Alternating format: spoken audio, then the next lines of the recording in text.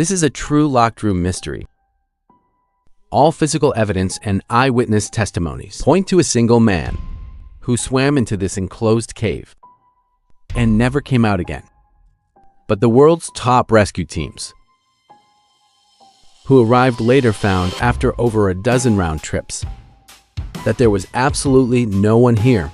Since he didn't come out, why couldn't he be found inside the cave? Could he have staged this himself, orchestrating a perfect disappearance? Or did he truly perish inside, stuck in a blind spot that even the rescue teams couldn't find?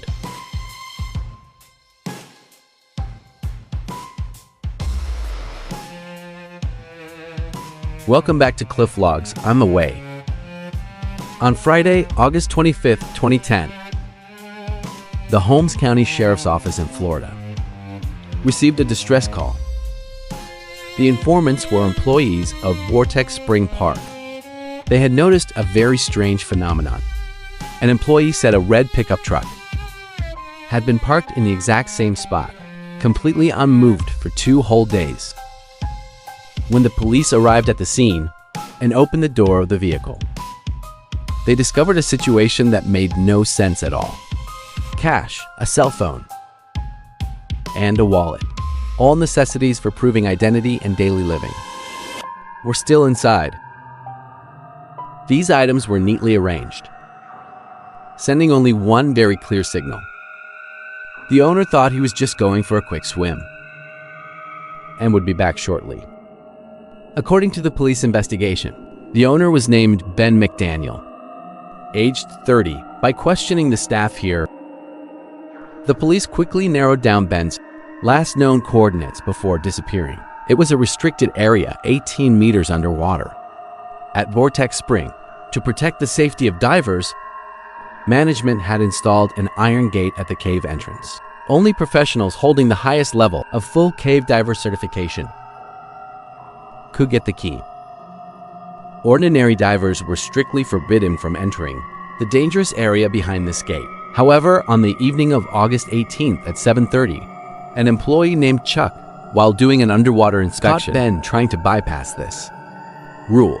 Chuck saw Ben hovering in front of the iron gate. He did not have a key, but he was attempting to pry open a gap in the adjacent grate, trying to force his way through. Chuck stated in his testimony that he faced a very conflicted choice at the time. He knew Ben wasn't qualified to go in, but he could also tell that Ben was absolutely determined to enter this time. Chuck worried that if Ben forced his way through that narrow side gap, then when it was time to return the same way, he might easily get stuck and die in that gap due to exhaustion or panic. Out of a life-saving instinct, Chuck made a decision that broke protocol.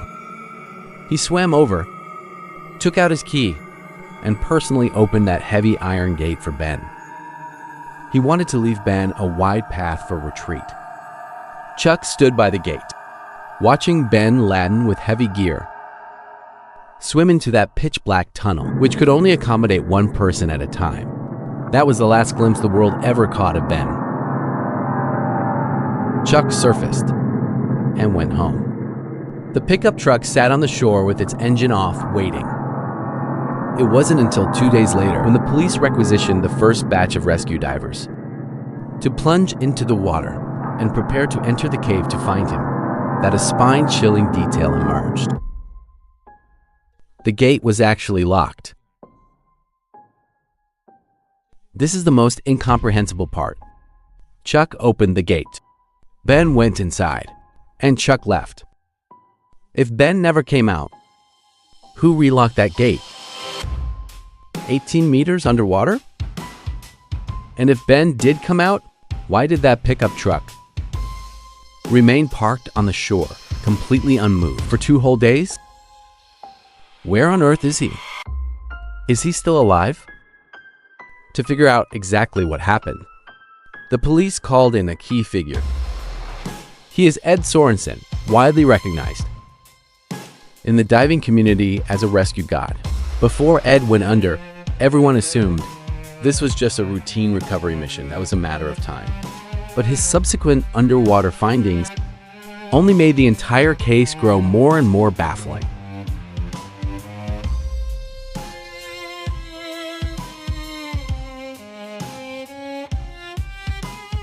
That relocked iron gate from within blurred the very nature of this entire case.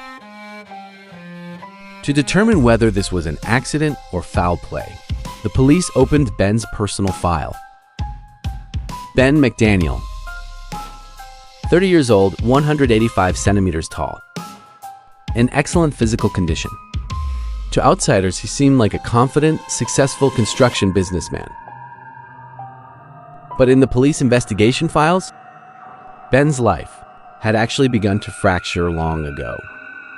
In the year 2008, Ben personally witnessed his younger brother Paul pass away from an overdose. This irreversible tragedy became an indelible shadow over his heart.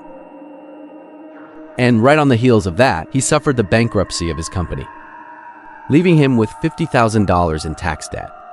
The double blow to his family life and career once pushed this man into utter despair.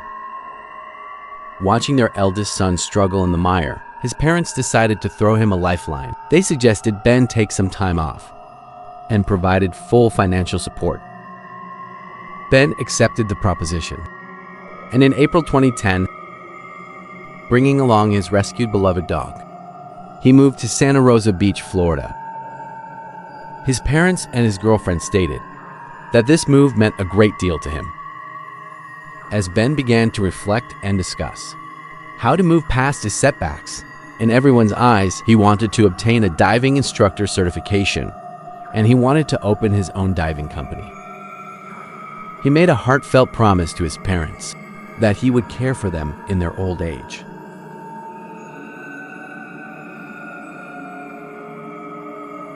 And prepare to embrace the future. Ben had actually been diving since he was 15. He possessed an almost fanatical confidence regarding water. But this confidence likely stemmed from the unique, deceptive nature of Vortex Spring. Look at this map. Geologically, Vortex is a classic dual system. Above the surface, it is Florida's premier diving playground. The water temperature remains constant year-round at 20 degrees Celsius. The water is crystal clear, offering supreme visibility. Here, dozens of newly certified novices practice diving every single day. This illusion of safety misleads many into thinking the cave below is simply an extension of this resort. But in reality, once you cross that iron gate 18 meters underwater and into the cave, it becomes a completely different world. It is no longer a resort. The depth is greater, the space is narrower, and the margin for error is zero. That iron gate is the boundary line between tourists and survivors. At Vortex Spring, all the regulars knew this 185 centimeters tall guy because of his near-obsessive fascination with this perilous iron gate. He frequently dove completely alone, not out of antisocial tendencies, but because few in this recreational diving area could keep up with his daredevil pace. To anyone else, that locked iron gate was a restricted zone. But to Ben, who was eager to prove himself, it was a fortress he felt compelled to conquer. On Wednesday, August 18th, the temperature that day hit a high of 32 degrees Celsius, according to other divers' dive computer logs and the dive log later found in Ben's truck. We know that Ben conducted a reconnaissance dive at noon. He was scoping out the gate and making his plan. In the afternoon, he stayed by the shore alone, meticulously drawing maps in his dive log and testing every single air tank. At 7:30 p.m., as the sun neared the horizon, he placed the final phone call of his life to his mother. His voice sounded highly optimistic. Then he put on his helmet, switched on his dive light, and plunged headfirst to the bottom. What followed next was the scene where Chuck opened the iron gate and witnessed Ben entering the cave. In truth, Chuck never anticipated that once Ben went in, he would never emerge. 5 days later, on August 23rd, Ed Sorensen arrived at the scene. Ed is known as the Hunter of the Abyss. Before he went down, local volunteers had already searched for an entire weekend, but had come up completely empty-handed. When Ed entered the water, he thought it was simple, just a highly challenging recovery operation. But he was wrong. As soon as he submerged, before he even managed to reach the iron gate, right on the rock wall 9 meters underwater, he directly encountered a sight that sent shivers down his spine. It was the decompression tanks Ben had left behind. You can think of these 2 tanks as a diver's life-saving insurance policy on the return trip. Because the deeper you dive, the more nitrogen dissolves into your bloodstream. Like a shaken bottle of Coca-Cola, if you rush to the surface without decompressing, the nitrogen in your body will instantly boil, causing paralysis or even more severe consequences. So these 2 air tanks were not for show. They were mandatory decompression stops on the way back out. Ed discovered that the needles on Ben's left behind tanks hadn't budged at all. The tanks were completely full. This meant that before his oxygen was consumed, Ben hadn't even managed to swim back to this decompression point, which was less than 10 meters from the entrance. What made Ed feel even more uneasy was that these 2 tanks contained only standard compressed air.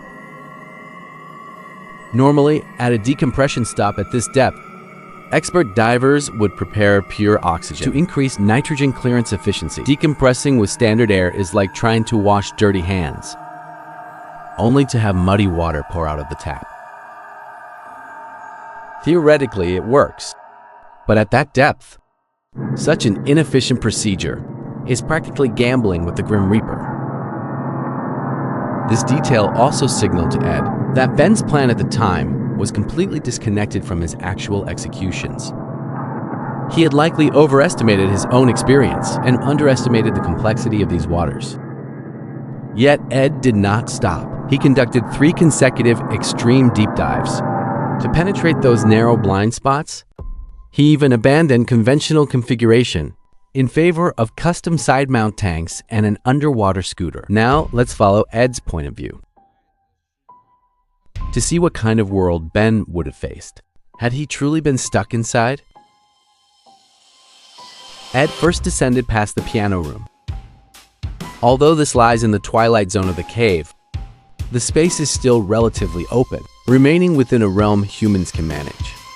But as the depth increased, he arrived at the Iron Great Gate, viewed as the boundary between life and death. As Ed pushed through the Iron Gate and deeper into the dark, the terrain began to constrict like a funnel. He first smoothly navigated past the first restriction, though narrow, for a diver of Ben's large build, who possessed a certain amount of experience. As long as he turned sideways, he could still manage to squeeze through with his gear. After swimming past the first restriction, Ed spent an immense amount of time checking everything past the Iron Gate up to the 3rd restriction. Every fissure, crevice, and overhead air pocket was thoroughly combed. He even checked every single rock junction that a human couldn't possibly fit into, knowing the current might have swept remains there. But the results were disheartening. The first 3 restrictions were completely empty, and all the air pockets were empty too. Even in these extreme zones Ben could have potentially reached, no trace could be found. At this stage, all clues pointed to the soul. Yet most illogical destination, the 4th restriction at the very end of the cave. Why do I say it's illogical? Because here lies an insurmountable paradox of physical size. First, let's look at the rescue legend Ed Sorensen. Weight 86 kilograms. While he isn't small, he was utilizing side mount equipment designed specifically for extreme tight crevices. The air tanks are clipped along the sides of the body, meaning when he negotiates a squeeze, his vertical body thickness is practically just the depth of his chest. Now consider Ben McDaniel, height 185 centimeters. Weight, 95 kilograms.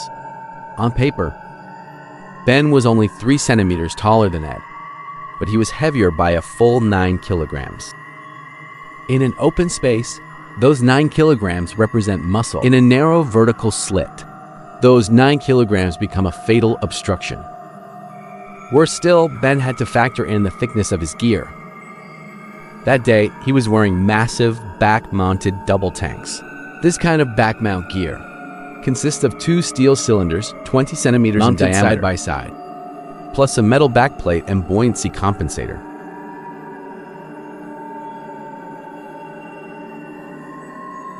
Of rigid thickness to his back. This meant the apparatus alone added over 20 centimeters, measured a mere 25 centimeters at its tightest spot. What does that mean? It is roughly the width of a sheet of A4 paper. If even Ed, traveling light, had to completely empty the air from his lungs and scrape off a layer of skin just to barely squeeze through, then Ben, built like a heavy tank, could absolutely never pass through there without breaking the rocks. Theoretically, Ben could not be in there. But in the rescue world, theory is no substitute for facts. To eliminate even a 1 in 20,000 chance, and to give the family an absolute definitive answer, Ed decided to risk it and challenge this impossible restricted zone. Following the narrow rock fissure, Ed twisted his body to an extreme angle. Scraping against the stone wall, serpentine style, he painstakingly forced his way toward the 4th restriction. This spot was choked with incredibly fine silt. Ed's search was exceptionally cautious, because in a cave, silt records everything like a ledger.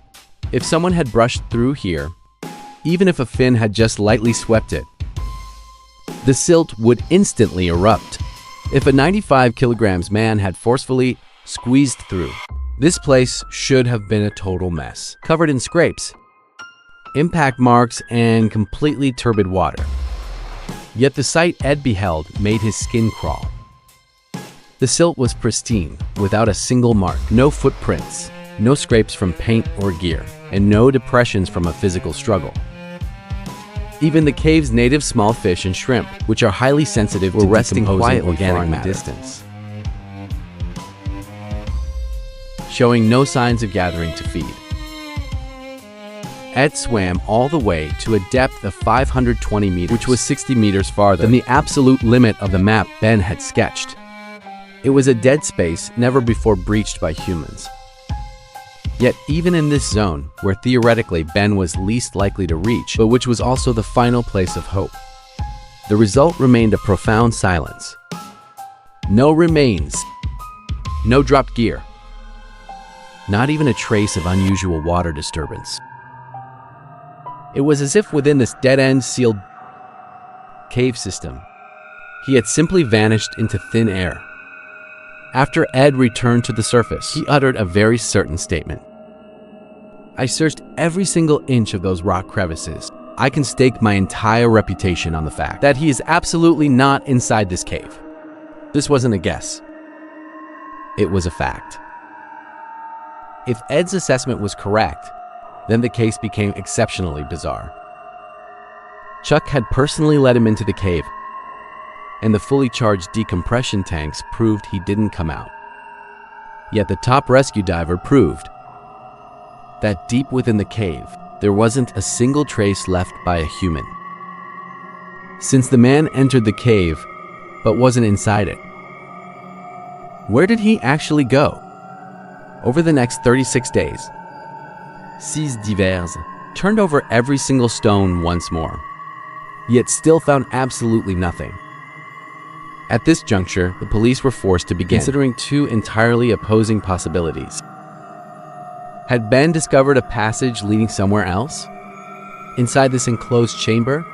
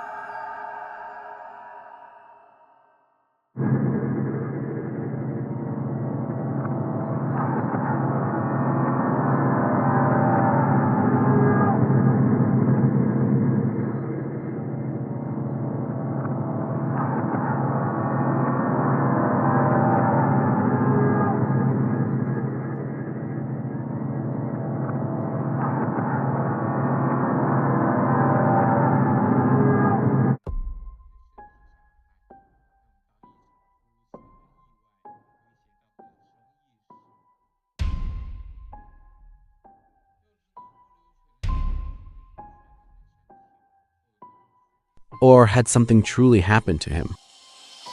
But during that vacuum of time following his disappearance, the actual scene underwater had been tampered with.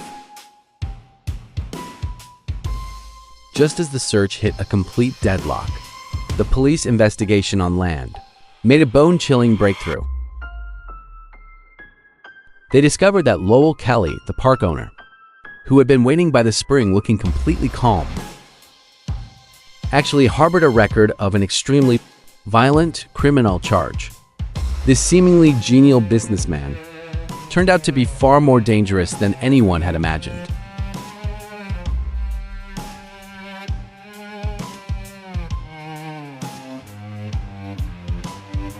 In their background check, the police found that right around the time of Ben's disappearance, Lowell was accused of forcing an employee into the woods, tying him to a tree, and inflicting severe physical violence upon him. The reason was merely a financial dispute. He believed that employee owed him money if he was willing to cause irreversible bodily harm to an employee over a few $1,000s. Then, when a sudden, unexpected accident threatened his entire business, what would he be capable of? One must understand the value of vortex spring and the cave system behind that iron gate. Back in the 1990s, the Florida state government, citing a series of consecutive drownings, threatened to permanently shut down the cave diving program here. For Lowell, if Ben's remains were discovered inside the cave, it wouldn't just be viewed as an accident. It would be the fuse that would completely bankrupt his park and liquidate his assets. To protect the livelihood he depended on, an extreme egoist with a violent history would have plenty of motive before the police stepped in to make a choice that defied the law, but aligned perfectly with the logic of survival. Furthermore, as the owner of Vortex Spring, Lowell wasn't just the master of this land. He was also the controller of the key to that underwater iron gate. Here we must examine a deeply unsettling gap in time between Ben entering the water and the police officially sealing the scene. There was a full 2-day vacuum of time. During this period, Lowell was the only person who possessed both the motive and the key, enabling him to enter without arousing anyone's suspicion. If Ben had truly met with an accident underwater, Lowell was fully capable of diving down, bringing the remains out to move them elsewhere, and then locking that gate back up. This perfectly explains why Ed couldn't find anyone in the cave, yet the iron gate was locked tight. Once the evidence at the scene was wiped clean, the next step was using testimony to disrupt the police's logical chain. This is why when investigators knocked on his door, Lowell was extraordinarily cooperative. According to police case records, Lowell appeared highly proactive during the initial questioning. But the more information he volunteered, the more the police felt something was amiss. Lowell confidently told the police that on the night Ben vanished, there had appeared a wild-eyed drunkard who kept asking questions about diving. However, in the comprehensive sweep that followed, police found that aside from Lowell himself, among the dozens of tourists and staff present, not a single soul had ever seen this supposed weirdo. This drunkard seemed more like a scapegoat fabricated to fill the 2-day gap. Lowell. In surveillance coverage, to clear suspicion, the police requested everyone undergo a polygraph test. The employees, Chuck and Eduardo, all passed with flying colors. But when it came to the owner, Lowell, the polygraph needle jumped erratically, particularly when asked if he knew Ben's whereabouts. Lowell's physiological response showed a glaringly abnormal spike. While this is not directly admissible as conviction in court, it signaled to investigators a highly intuitive message. Lowell Kelly was concealing part of the truth. Why was it that when Ed went inside, the silt at the bottom of the cave was completely undisturbed? Why had the iron gate been locked back up if Ben never came out? And why did investigators comb the surrounding land without finding any trace of remains? if Ben had suffered a fatal accident while diving, and Lowell, to protect the operating rights of his park, utilized that 2-day window of time and the key in his possession to extract and erase the remains from underwater. Then all the logical loopholes instantly perfectly explains why the underwater environment was pristine and why Lowell had to invent a drunken stranger out of nowhere to distract the police. He was attempting to use a lie to cover up a heavy truth.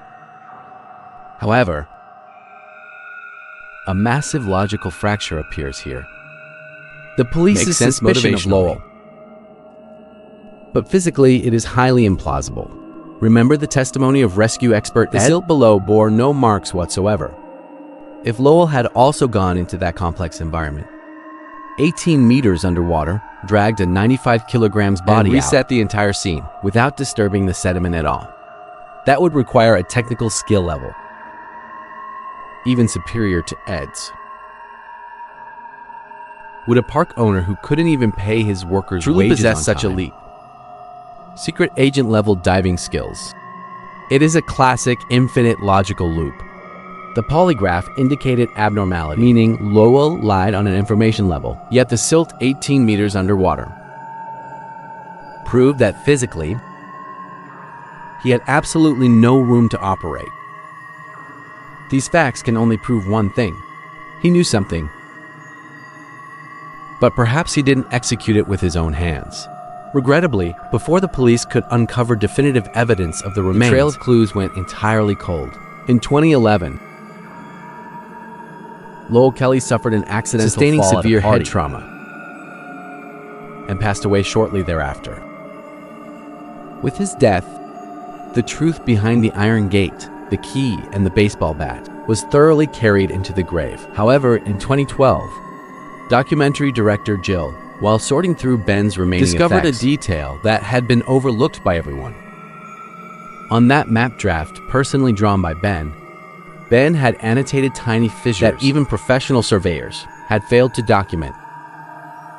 This indicated that prior to his disappearance, Ben had actually penetrated deeper into this labyrinth than anyone had expected. These tiny fissures on the draft map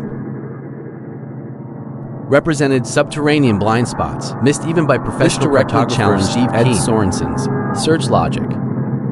Ed's search was rooted in rational judgment. He believed no one would squeeze into rock joints that were obvious. But Ben's map revealed that he might have been in a state of extreme exploration. He may have discovered a highly concealed that resembled a new opening, and firmly believed it led to an unknown abyss. Thus, while the expert Ed was looking for a missing person, Ben's state of mind at the time was focused on discovering a whole new world. The tiny crevices Ben annotated were dead ends in the eyes of experts, but in Ben's world of exploration, they were the only path we can deduce that Ben, in a state of high excitement, might have sucked in his stomach and forced his way into a vertically aligned rock fracture. That spot became his final resting place. And because that location completely deviated from all known paths on the map, even silt would not be carried there by the water current. Furthermore, at that time, Ben's parents also refused to accept the conclusion of a total dead end. If he couldn't be found in the cave, it just meant the search hadn't gone deep enough. If the experts said it was impassable,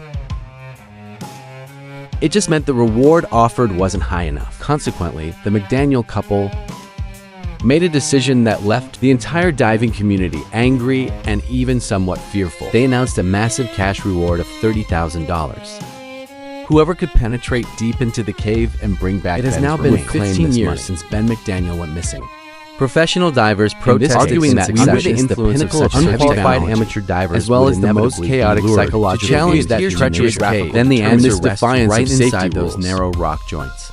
He likely triggered in 2012 within that dead end where no diver named Larry, and the silt was found dead inside Vortex Spring, swept over and when the legendary traces once dug. But if we insist on the game of logical deduction, then Larry's remains buried beneath the tombstone of owner Lowell Kelly.